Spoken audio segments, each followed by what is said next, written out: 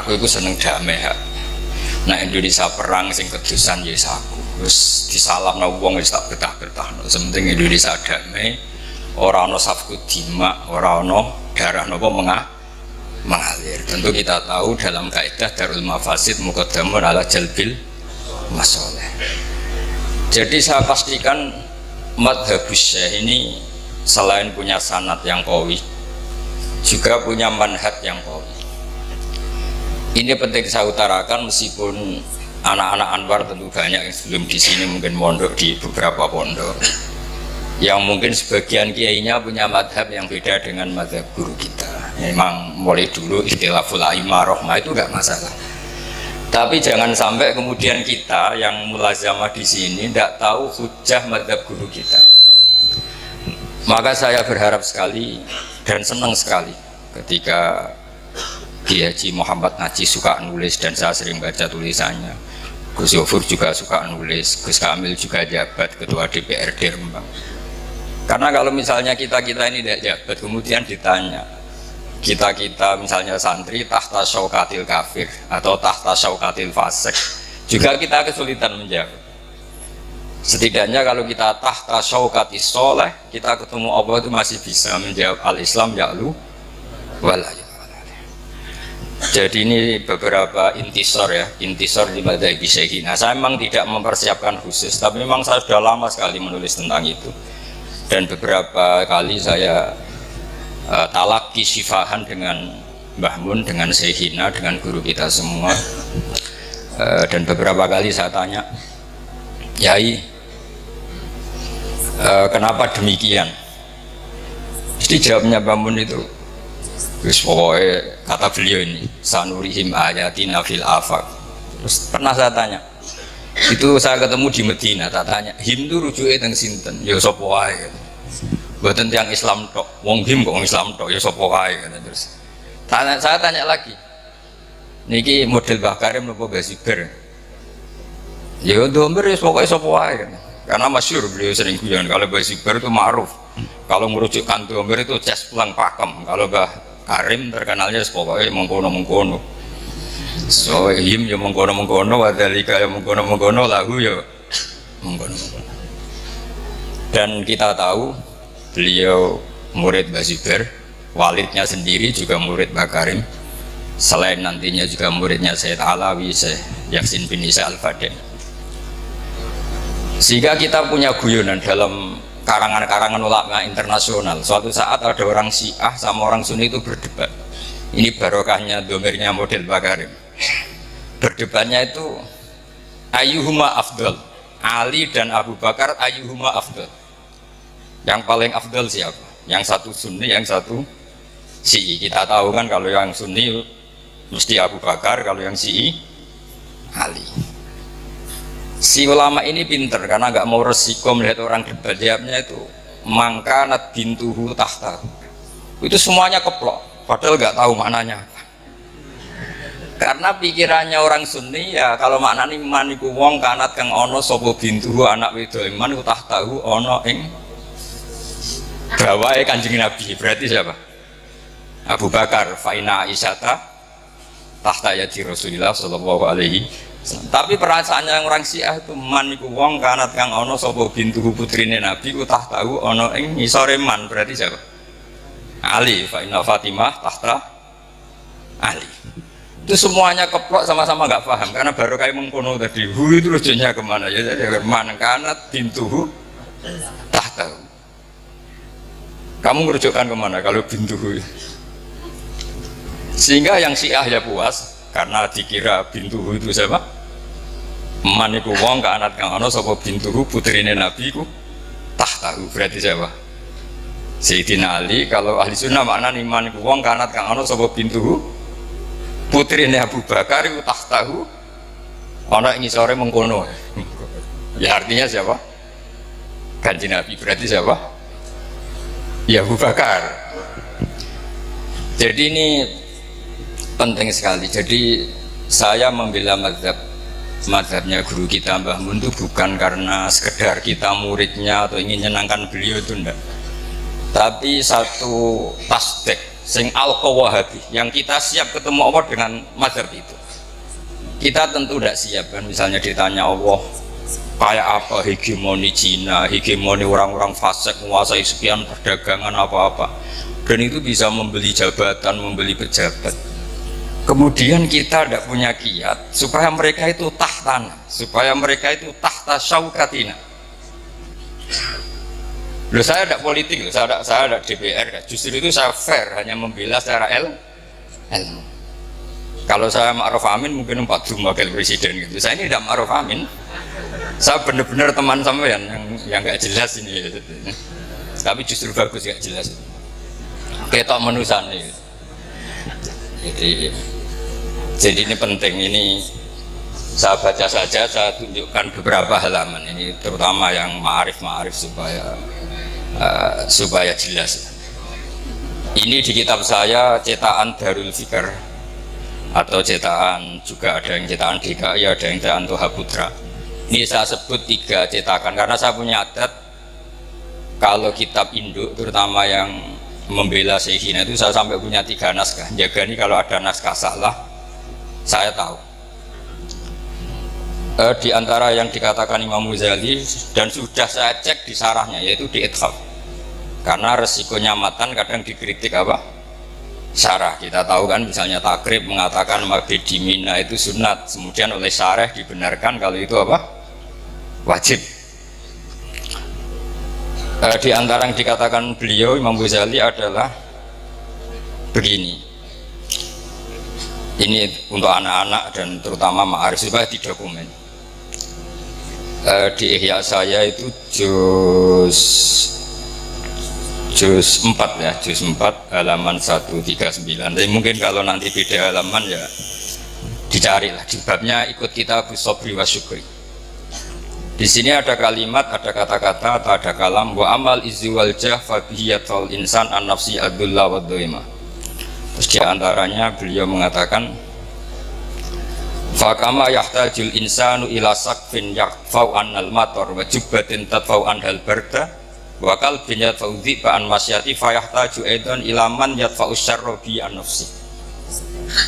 Terus dalam sebuah naskah dikatakan kalau kezaliman saja punya satu backing dari aparat oknum tentu ya, masa kesalahan tidak punya backing dari negara?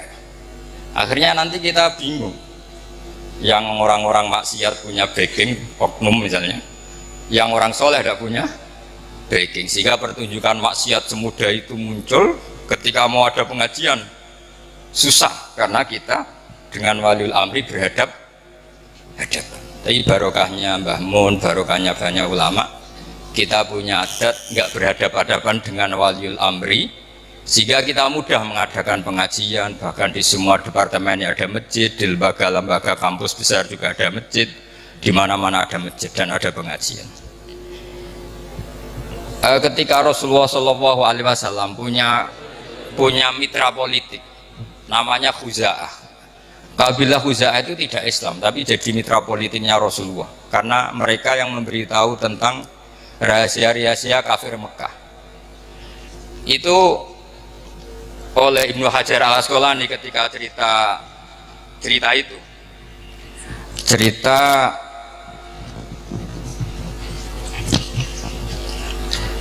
monggo diderakan.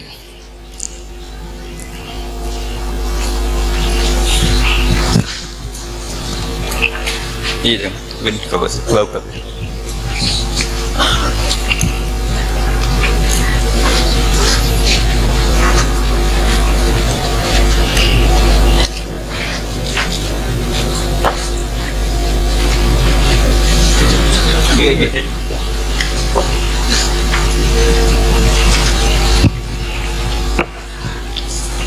Jangan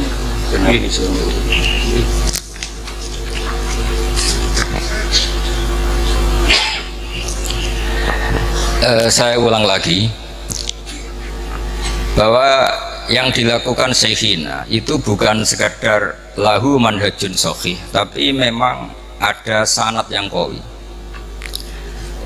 Karena kita selalu berprinsip tadi al-Islam ya'lu wa la yul'al. Dengan melihat Jakarta gaduh kayak gitu, melihat Semarang orang-orang kaya non muslim, orang-orang nggak sholat punya kekuasaan karena kaya raya. Lalu ketika kita ditanya, sudahkah melakukan proyek atau program Al-Islam ya lu? Tentu kita kebingungan. Tapi kalau mereka tahta syaukatina, karena kita punya Gus Yasin, di Rembang punya Gus Kamil, itu enak. Begitu juga tentang publik.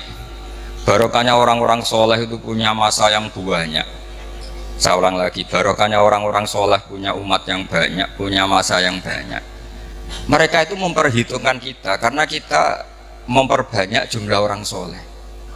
Coba kalau jumlah orang fasik, orang dolim itu mayoritas dan militan, kita akan kesulitan. Makanya Rasulullah itu mewanti-wanti, jangan sampai kalian semua atau siapa saja orang Islam itu man katsara sawada qaumin fahuwa minhum. Tapi barokahnya Habib Syekh misalnya, kalau konser kayak gitu orang banyak kiai yang punya umat banyak. Dong fase apa macam-macam yo mikir pemerintah nak penyalon presiden so takobal wa minamikum takobal ya garing mana. Tapi kalau kita misalnya tadi ngajinya sufi tapi nggak mau ilmu, kiai para pejabat paling duit tok, boleh pengaruh, boleh syuhrat tok. Nah, itu resikonya sufi tanpa ilmu. Itu mungkin yang sering jalan kecilkan bangun zada khusyuan zada jalan. Itu sampean harus hafal semua itu. Dan harus dihafalin sampai mati itu wiridan apa? Zada khusyuan zada jalan. Misalnya dalam konteks Palestina, Palestina itu tentu musuhnya Israel, dan Israel itu punya kekuatan besar didukung Amerika. Kemudian Indonesia membela Palestina, bela Palestina kemudian diikuti oleh orang-orang Eropa dan non Muslim. Orang Eropa itu non Muslim. Lalu pertanyaannya, apakah orang Palestina kemudian berarti mualah sama orang kafir? Karena orang Palestina harus mualah sama apa? Orang-orang apa? Eropa? Apa tidak? Saya pastikan khazanah ilmu cukup untuk menganalisis itu, yaitu Rasulullah punya aibah, yaitu punya teman dekat, koalisi, khalif kalau dalam bahasa Arab, itu orang Khuza'ah, dan itu tidak Islam. Tapi tidak pernah menyembunyikan makar atau tipu daya yang dilakukan kafir-kafir Mekah, selalu mengupdate, memberitakan itu ke Rasulullah SAW. Padahal mereka tidak Islam. Logika yang terbangun gimana? Ya logika yang terbangun karena Rasulullah itu soleh, bahkan ya tentu super soleh, imamus solihin. Ini di kitab Ibnu Hajar al-Asqalani, di Fathul Bari juz 5. Beliau mengatakan kalau ada kasus seperti itu atau konteks seperti itu, wala yu'addu dzalika min muwalatil kuffar wala muwadatu a'daillah bal min qabil istikhdamihim wa taqlili syaukati jam'ihim wa inka ibadihim bi ba'din. Jadi kalau orang Eropa kamu biarkan tidak koalisi dengan Palestina, artinya Israel malah absolut karena semua dunia dukung Israel. Tapi barokahnya orang Palestina, orang Indonesia koalisi sama Eropa, Israel tidak terlalu solid karena tidak absolut. Artinya begini dalam hukum qiyas. Betul, ini saya intisar li syekhina. Kalau misalnya para pejabat itu hanya dikuasai orang fasik, semua kerjanya, programnya membela mereka. Tapi kalau dekat Mbah Mun, dekat Kiai, setidaknya diarahkan mikir ngaji, nganggep pondok tidak problem. Paham ya? Ini jelas ya. Jadi saya mohon sekali, mungkin Anda punya guru yang dulu mazhabnya beda dengan Syekhina. Tapi saya pastikan saya nulis ini lama sekali. Intisar li Syekhina, tulisan-tulisan saya tentang beliau. Dan ini saya lihat di Ihya, di Ithaf. Jadi beliau begini itu bukan mubtadi, bukan hal yang baru. Memang muttabi, guru-gurunya seperti itu. Bahkan beliau sering cerita ke saya, Salahuddin Al-Ayyubi itu iso ngalahno pasukan salib itu barokah kitab Ihya. Barokah kitab apa?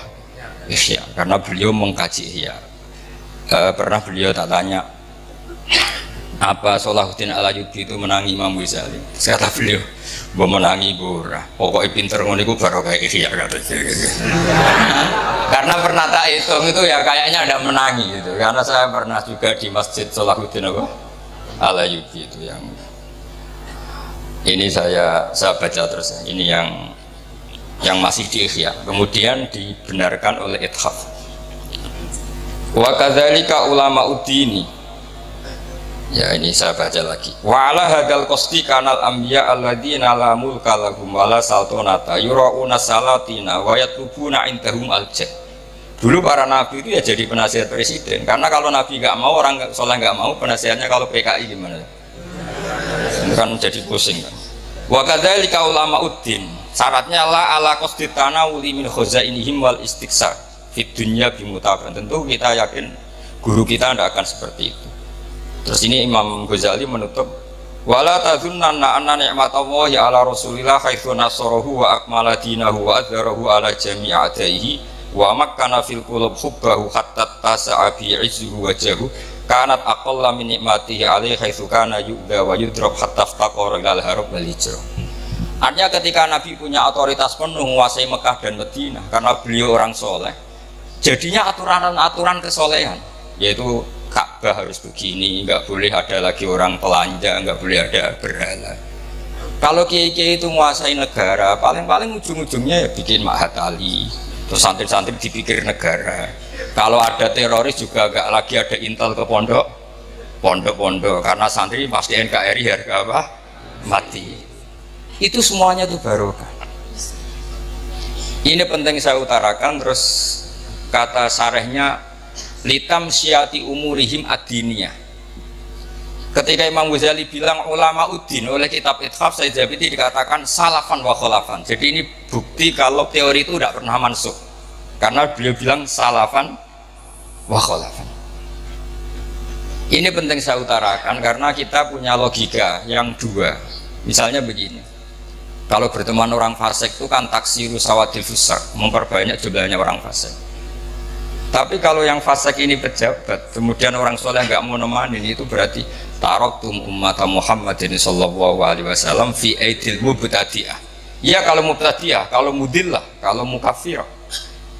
Misalnya Anda membiarkan negara dikelola orang-orang fasik, kemudian punya ide bahwa pondok itu kriminal, bahwa pondok itu teroris, mereka yang bikin pelaturan, mereka yang punya otoritas, kita habis. Ini barokahnya istiannya Yai Kerso dekat Mega, terus Gus Roji cucunya DPR RI, Gus Kamil ketua DPR. Tapi Yai tentu selalu menjaga khazanah ilmu. Saya itu menyaksikan betul betapa bangganya beliau dengan Gus Najih. Ketika beliau ngarang Asyadaratul Lama, sering saya disuruh baca apa di karangan Mbah Fadl Kawakibul Lama. Terus kata beliau, aku itu kiai tenan. Lah kok buktinya anak-anakku alim.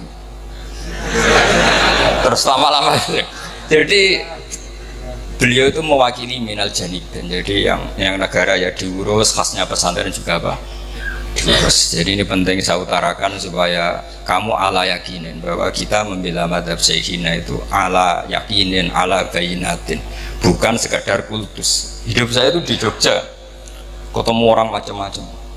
Ya kadang ditanya kenapa guru Anda ikut P3? Terus tak tanya, kenapa Anda tanya? Terus saya tanya. Terus kalau kiai politik itu kan jelek, kata dia. Terus kata saya gini, ya biarin aja negara yang politik, orang-orang yang enggak beragama. Ya jangan nanti negara rusak. Ya sudah, biar kiai-kiai juga ada yang kerso apa? Politik. Jadi memang sebagian pertanyaan itu memang harus dijawab dengan pertanyaan, karena ini penting. Saya itu dulu pernah, saya itu punya kenangan terbaik di Jogja itu pernah diparani seorang yang pakar komunis, bukan sekadar komunis, pakarnya. Itu jam 4:30, saya masih ingat. Tanya gini sama Pak Bahak, kalau kamu bisa menjelaskan Tuhan itu siapa, nanti saya mau Islam, kata saya. Terus saya bilang gini, ini ngajak pinter apa ngajak goblok, kata saya. Kata dia, ya ngajak pinter, kata saya. Terus tanya, kira-kira yang jadi sebab, jadi faktor itu sesuatu yang wujud apa yang nihil, yang nihilisme atau yang adamiah kalau dalam bahasa Mbok. Ya di mana-mana sebab itu harus punya eksistensi, harus wujud. Lah ya anggap saja Tuhan itu penyebab alam ini. Jadi makanya kalau zaman kita ngaji, Tuhan itu siapa? Zat sing wajibil wujud. Masa alam yang wujud ini disebabkan oleh adamiah? Sesuatu yang enggak ada menciptakan yang ada, itu ngajak gendeng mau ngajak waras, katanya. Terus dia bilang, Ya ngajak gendeng bapak. Berarti Tuhan itu ya? Ya itu Tuhan dia kata saya gitu. Jadi sebetulnya kita ilmu kita, saya itu ngaji jamul jamek sama Bom. Ilmu kita itu cukup. Kalau dalam ilmu mantek kan gitu. Al ala mutawayyir wa kullu mutawayyir hadis la budda min muhdis. Nah, soal penamaan Allah itu dari syariat kita hanya sampai bahwa alam ini harus disebabkan sesuatu yang wujud. Masa sesuatu yang wujud disebabkan sesuatu yang adam. Makanya kita diajari siapa itu adalah wajibil wujud. Lah wajibil wujud itu oleh syariat disebut Allah SWT. Akhirnya dia nerima. Mulai dulu kalau kiai bilang Allah begitu kan selesai katanya. Akhirnya dia Islam. Maksudnya Islam lagi apa nggak tahu saya, bahwa mungkin kecilnya pernah apa Islam. Nah, Mbah Mun itu termasuk orang yang punya kemampuan itu, punya kemampuan seperti itu, olah pikir. Makanya ketika Imam Syafi'i, saya sering diceritani Imam Syafi'i ketika ngaji sama Imam Malik itu gaya hidupnya mewah. Setelah ngaji Imam Malik, ngaji Muhammad bin Hasan Asy-Syaibani di Irak, itu hidupnya lebih mewah lagi. Imam Malik mewah, itu Muhammad bin Hasan lebih mewah. Imam Syafi'i mulai gawe ini gimana ulama kok. Itu kalau ngitung uang, ngitung emas kalau dulu dinar itu di meja. Jadi kalau santrinya mau salam tempel ya sungkan karena emasnya banyak. Itu malah sekali lagi Imam Malik sudah mewah ini malah lebih mewah. Terus mulai tanya, Ajibta min hadi, kamu aneh dengan ulama seperti ini, min hadil khala. Iya katanya. Ya kalau kamu gak terima ulama kaya, tak kasihkan orang fasik dan dipakai kefasikan. Jangan nanti malah dipakai maksiat. Ya sudah, berarti ulama kaya boleh yang salah. Semenjak itu Imam Syafi'i itu rubah cara berpikir. Ini penting sehingga saya menyaksikan betul ya. Iya karena saya punya sanad banyak ya, karena bapak saya itu ya muridnya ya temannya, Pak D saya ya muridnya temannya, karena beliau-beliau itu yang jadi murid sama Mbah Sibir. Jadi si Mbah Sahal juga sebelum wafat sering ketemu saya kalau cerita Mbah Sibir. Jadi kita punya insya Allah punya sanad yang baik. Makanya jenengan harus bangga jadi muridnya Syekhina Kiai apa? Saya itu Marhafid kalau muji Mbah Mun Sumdul Langit karena beliau yang menangis Sayyid Alam. Saya bisa tafsir begini ya barokahnya Mbah Mun, karena Mbah Mun itu nggak pernah ngendikan ulumul Quran. Mulai saya ngaji di MGS Faidul Khobir sampai di pondok karena beliau muridnya Sayyid apa? Alawi. Sayyid Alawi itu ahli tafsir, termasuk yang bikin Hasyiah Faidul apa? Khobir. Terus juga punya murid Syekh Habib Salim Asyatiri yang ngarang apa? Al-Fawaid apa? Asyatiriyah atau An-Nafahat Al-Haramiyah. Itu kelihatan sekali betapa ilmu tafsir itu dekat sekali dengan Sayyid Alam. Dan kita punya sanad Ali karena setelah Mbah Mun langsung Sayyid siapa? Sayyid Alam. Makanya saya jenengan semua harus ikut bersyukur. Tapi saya mohon mencintai kiai itu yang benar-benar karena bayinah. Qul inni ala bayyinatin min rabbi, sehingga semuanya ini umatnya Rasulullah, sehingga Mbah Mun mau ngurusi orang yang macam-macam. Jangan kamu mengklasifikasi orang gitu kok diurusi, orang gitu kok diurusi, itu makom sampai mungkin kalau air tidak dua kolah kena najis ikut apa? Makomnya Mbah Mun itu sudah lautan, kenapa apa saja sudah ada najis kira-kira gitu. Ya kira-kira gitu.